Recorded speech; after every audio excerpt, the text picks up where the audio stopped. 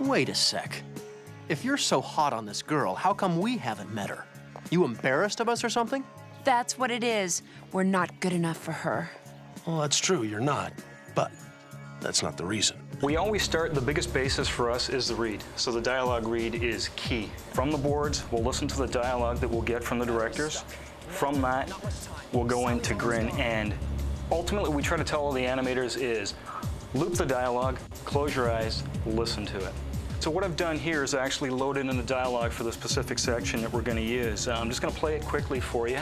Sorry I bothered you. Now from this, the big thing that we tell them is this should invoke a response from you. It's not a flat read. Now you can see that MJ's going, I'm sorry I bothered you.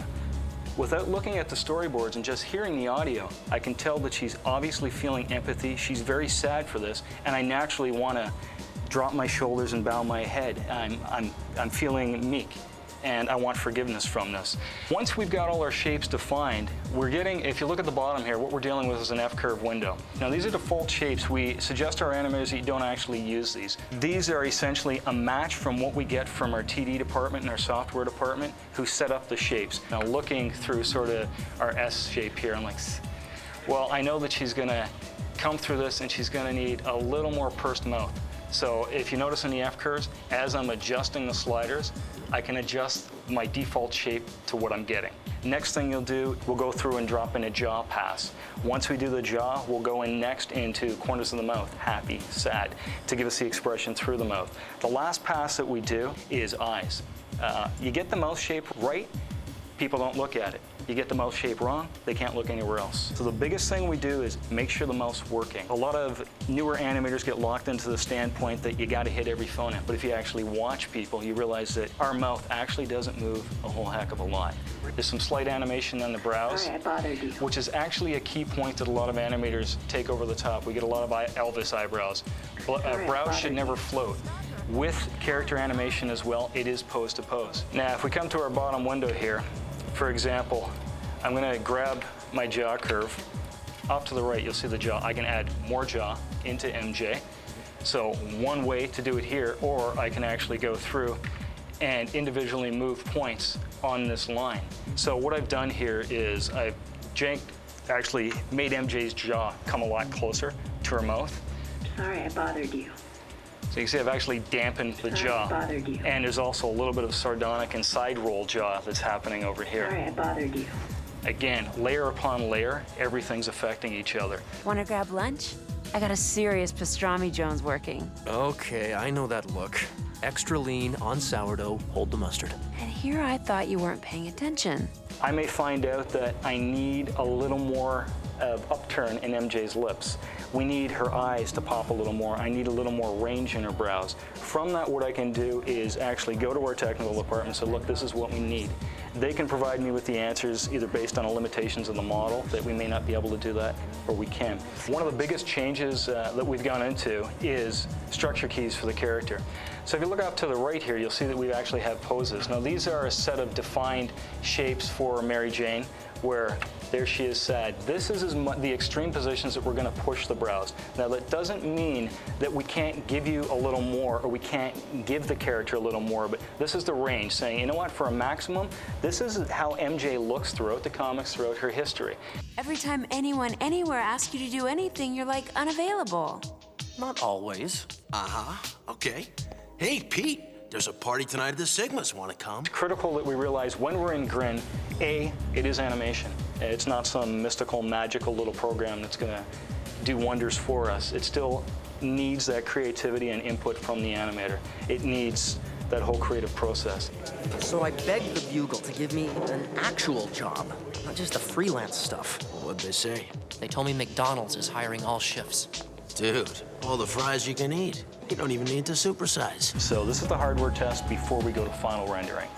What the low res allows us to do is take a look at if we're getting the shapes through in Grin. So it's a chance to look at the Grin file on the character from the specified camera angle in motion. It is a dress rehearsal, and if the rehearsal is successful, we go to final rendering. But you were the one who made me feel like I was more than I ever thought I could be. MJ, I just can't do this. I'm sorry I bothered you.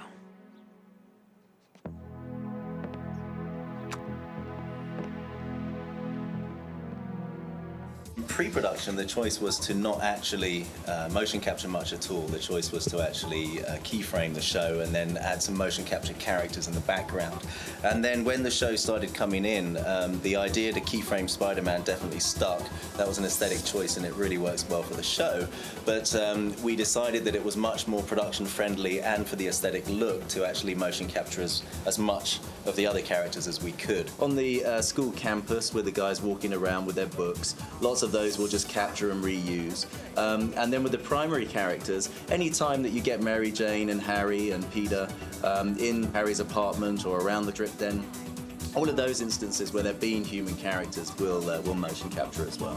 Keyframe animation is what Mainframe prides themselves on. Each animator manually manipulates the characters through rotations of bones, similar to what traditional animation is, whereas the motion capture is we capture a human's movement and apply it to the character.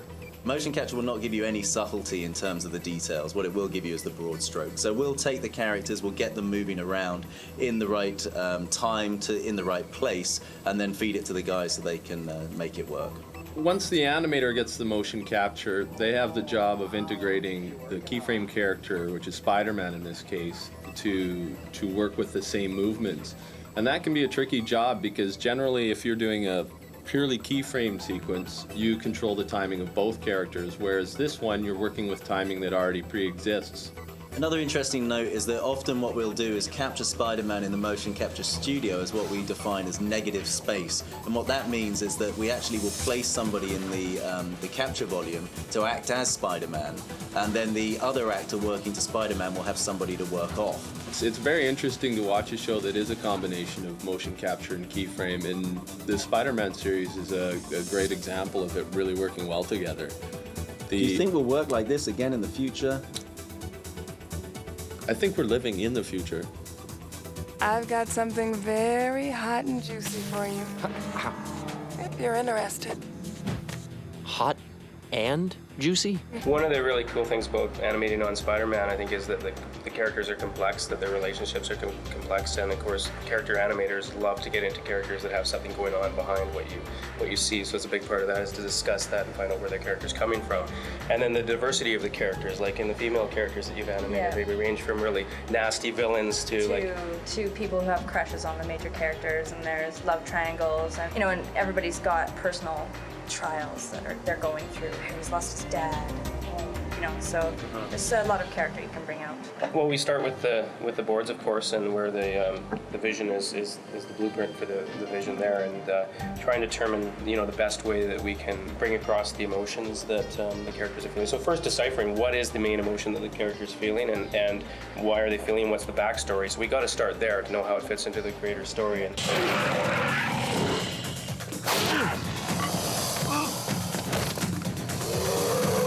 Scaly, know where I can get a little tail? With action sequences, they're fairly complicated. If there's a lot of interaction, a lot of changing of center of gravity, usually with Spider-Man, since he's so flexible, so extreme, he does a lot of things like handsprings and grabbing poles and swinging from webs. So his center of gravity seems to change a lot. Spider-Man's, he's a kind of a dream for an action animator to work on, because he goes to extremes, and of course that's what animation is about, is hitting extremes. So, the fact that he's not expected to be human, he's expected to be superhuman, gives these guys license to really push things. And it is a cartoon, so you get away with things. I mean, you push them, you can snap them, you stretch them to the extreme. Physics and inertia are important, but you can get away with a lot of things like really quick movements, really hard landings. Seriously, ow! A single shot could take as much as a week to a week and a half we've had up to, whereas other shots might be as simple as you get 3 or 4 shots done in a day. So it's really a massive range. But for the complex shots, the key is to start with the basic blocking. Then you definitely use broad strokes, and you do something we call a Gumby, animation with this like stick people kind of walking, you know, very stiff animation to get the major movements down. Then we make sure it's working for the camera. We make sure it's working in the sequence. There's no point working in the finer details of the shot if we find out that the general gist of it is wrong. So we try and work it up in stages, because otherwise the animators can invest a lot of time and have it just thrown out the window. NYPD's gonna be pursuing you. You won't get to the mayor. How'd you track me? You have a thing for 30mm carbine tracers. The voice acting determines the quality of the performance that the animator is going to be able to give you, yeah, it's a lot of it comes from us. If the shot is a talking head, a close-up of a person, you don't animate the whole body. You just start with the sound file and you do the lip syncing and the expression on the eyebrows, and then phone it in from the suite, which is over there, into this room, which is the Avid, and then the director or the supervisor will answer, and they'll take a test, which I don't know how to do because I don't work in here. Ready. Go! Sometimes an animator will send you something that is almost bang on from the beginning. Other times, you know, you might need to massage it quite a bit because different animators have different styles. It's like an actor bringing you, you know, how about like this, and then, you know, maybe something you never thought about, and you help just shape that because, you know, sometimes it might be wonderful animation, but it's just not quite right for the moment. So those little massages until it gets and fits, and of course playing it in the context of the scene, then you really get to see is it working, and working it up like that through 2 or 3 tests till the performance is there.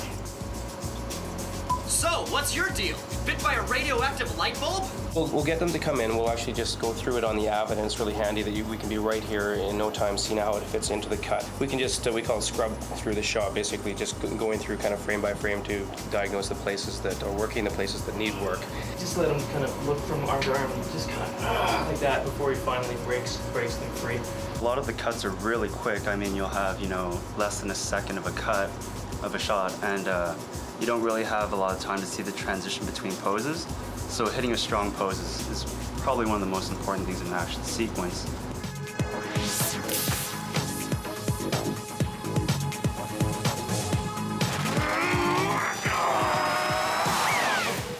Cute trick. Where were you when we had an energy crisis? After we get it approved, the lighting starts, and it's much like lighting in the real world, except for the computer can do impossible things. We can tell a light not to affect a certain scene object or a certain character or a certain part of a character. So you can do kind of impossible things as well as, but the major theories are the same as film. And at that point, that's when we start doing higher res still images just to show the Avid where the major light will be coming from. It can take a while with a complex scene to get it lit properly. A high-res image of a more complex scene might take 10 minutes a frame, up to, I think, 30 minutes is our sort of limit that we give things.